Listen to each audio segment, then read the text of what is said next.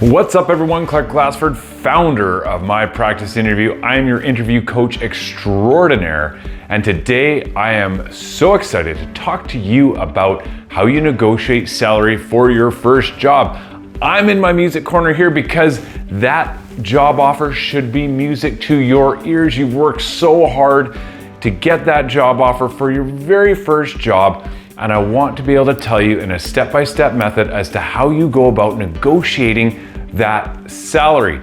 This is for all of you fresh out of school students, whether it's college, university, or you're moving from a job to a career and you've just never faced that. Here's an offer letter, here's a salary we're offering you. Do I come back? Do I negotiate? What am I allowed to negotiate? How do I even ask for a higher salary? The answer is yes, yes, yes, yes, yes. You do ask for salary negotiation. You do ask for a little bit more if you can, and I'm going to show you how to do this, okay? So I want to get going. I hope you do too. Without further ado, let's go.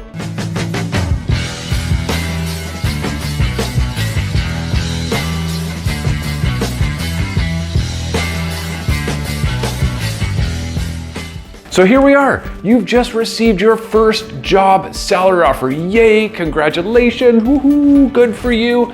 I'm happy for you. And now you're stuck with, do I accept the offer that they've given me or do I negotiate? What do I do? How do I figure all this out? This is so confusing.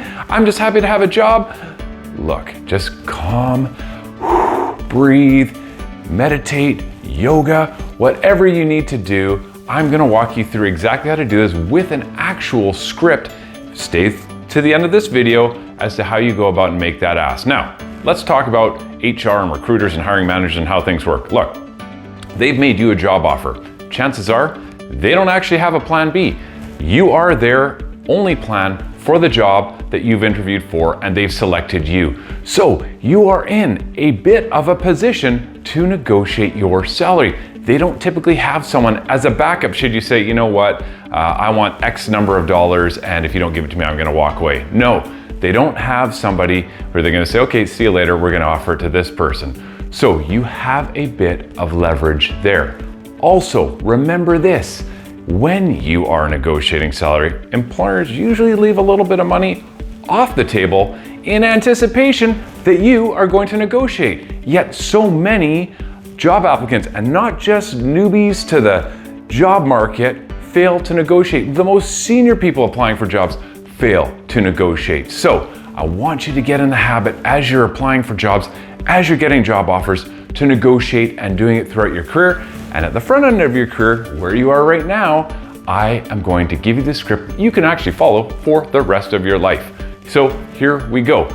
You may be in a high demand type job where you have a little bit more leverage. So for example, a job in maybe IT or engineering where there is high demand for your services, and perhaps you're in a low entry type level job where there isn't that kind of high demand and you're just happy to receive that job offer. That's okay. There's always room to negotiate there as well, and there's no harm in making the ask. So what kind of range do we talk about in terms of negotiating? You're asking for like a 50% from what they originally offer? Are you asking for 100% from the original offer? No, it's far less than that. Typically what I see are ranges anywhere between 5 and 20%, in that kind of range of what's been offered and what the counter ask is from that applicant.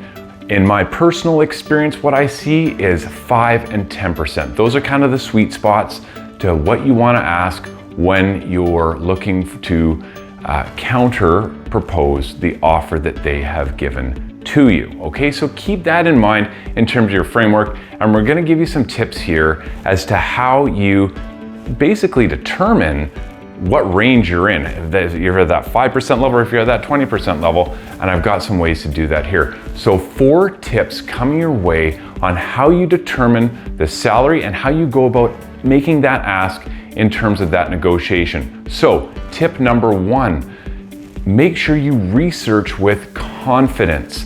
So when I say research, there are various ways to research what a salary range is in for that particular industry and field of work that you've applied for. Pay scale, Glassdoor.com, both excellent sites to look at to determine what you can ask in terms of a salary range. That's a great starting point. I want you all to go to those sites, look at what the salary range is for the particular job you've applied for, and make a determination as to whether the offer is within that range, on the low end of that range, or the high end of that range. That will help you decide as to whether the offer has been fair or if there's additional room to negotiate. I say with confidence, understand that there is nothing wrong with proposing a counter offer to that employer for salary. It's part of the application process. All employers are expecting that. So be confident in you doing the research, going forward, and eventually making that ask. Okay? Tip number 2, make sure you leverage your resources. What do I mean by leverage your resources? What resources do I have? Well, actually you have a lot of resources. You've had peers that you've gone to school with and or working within that industry. You have teachers through your school that you could probably leverage and speak to about, what's a typical salary for this type of position within this field. You also have this beautiful thing called a career center. Career centers within your school will have this information that will help guide you. Use those resources. That is your network to help you determine exactly what salary you should be asking for when you go back to negotiate. Use those to your advantage. Tip number 3, consider additional benefits. So as employers make you an offer, it's not just salary, but they're also offering other things. There's medical, there's dental, there could be pension, there's vacation time, there could be gym passes, different allowances, all sorts of stuff that they put into that offer. Benefits can be upwards of 31% of your total compensation package.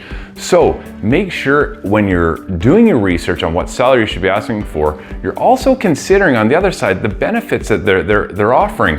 And maybe the salary is a bit lower, but those benefits outweigh what you may be getting with other employers. So those benefits may actually offset that salary a little bit, and you may be fully satisfied with that. So make sure that you are considering benefits and that total compensation when you're thinking about salary. So really important that you don't just leave that parked on the side to forget about as if that's just some added bonus that doesn't get considered. It does get considered, and you need to have that wrapped in your mind when you're thinking about salary negotiation.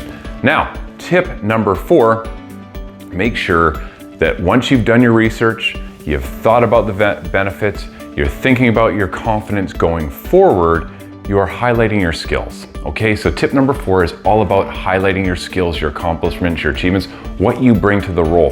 That will be critical in terms of you being able to articulate to that hiring manager, to that recruiter, why you feel you're worth a bit more. Whether that's that 5, 10, 20%, you want to be able to highlight your skills and back up your ask with those highlighted skills. I'm going to mention all of that in the script I'm about to go over with you. So very, very important. Now, what not to do before we get to the script? What not to do here is you're not negotiating by saying, look, I've got student loans, I've got rent, I've got car payments. Those are a you problem, not an employer problem. So I don't want you using that as part of your argument for asking for additional salary.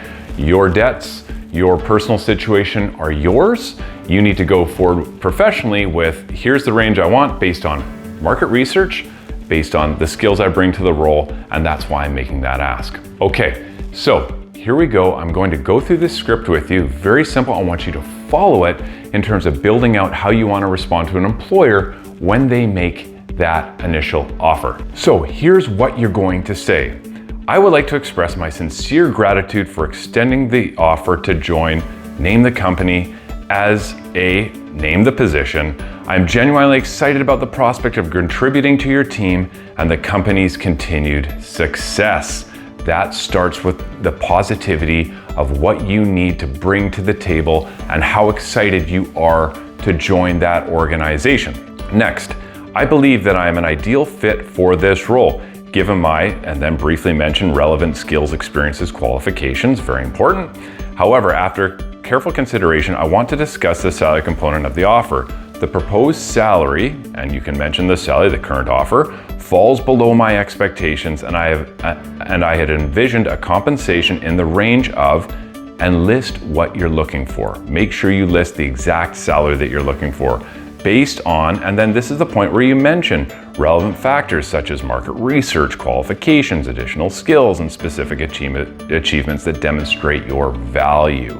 Please let me know if there's any way for us to connect via email or phone to discuss. Your time and consideration are highly appreciated. Thank you once again for considering me for this role, and I truly look forward to the possibility of becoming a valuable member of your Name the Company's team. This is how you go about making that ask. They will likely email you, give you a copy of that job offer. You then review that, you respond in writing to that employer, and you're hoping you're going to generate a conversation by phone or by email, preferably by phone. And how you couch that, I call it the gratitude sandwich. Express enthusiasm, excitement. You really want to work for this company. Then follow it up with all your rationale as to why you feel you're worth that additional salary based on your experience, your market research, all of that we've discussed. And then finish with some more gratitude about why you're really excited about the company and you really want to join that team. That impresses such great positivity on that hiring manager. They so want to hear that, and that you're hooked on them, and they will be more willing to negotiate with you. My final tip, make sure you practice.